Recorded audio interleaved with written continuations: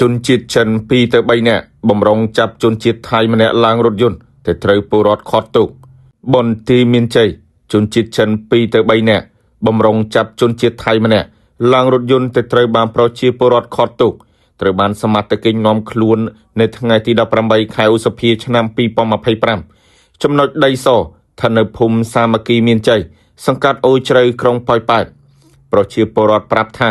មានជនជាតិចិន2ទៅ3នាក់បានចូលចាប់ជនជាតិថៃម្នាក់ក្នុងហាងកាហ្វេយីហោអេដេនបំរុងចាប់ចូលរថយន្ត Ford មួយគ្រឿងត្រូវបានប្រជាពលរដ្ឋនាំគ្នាឃាត់ខ្លួនហើយសមត្ថកិច្ចមានមន្ត្រីប៉ុនគរបាលសង្កាត់អូជ្រៅចុះអន្តរាគមន៍ឃាត់ខ្លួនទាំង3ទៅ4នាក់ទាំងជនបង្កនិងជនរងគ្រោះប្រជាពលរដ្ឋបានបញ្ជាក់ថានៅពេលជនជាតិចិនចូលចាប់ជនជាតិថៃម្នាក់ជាបរិសុទ្ធឃើញមានរលាកទឹកក្តៅអស់មួយចំហៀងខ្លួននិងដៃរបកស្បែកដែលមិនទាន់ដឹងពីមូលហេតុហើយប្រជាពលរដ្ឋចិត្តនោះបាននាំគ្នាឃាត់មិនឲ្យជនជាតិចិនចាប់ជនជាតិថៃចូលក្នុងរថយន្តហើយគេឃើញជនជាតិចិន2នាក់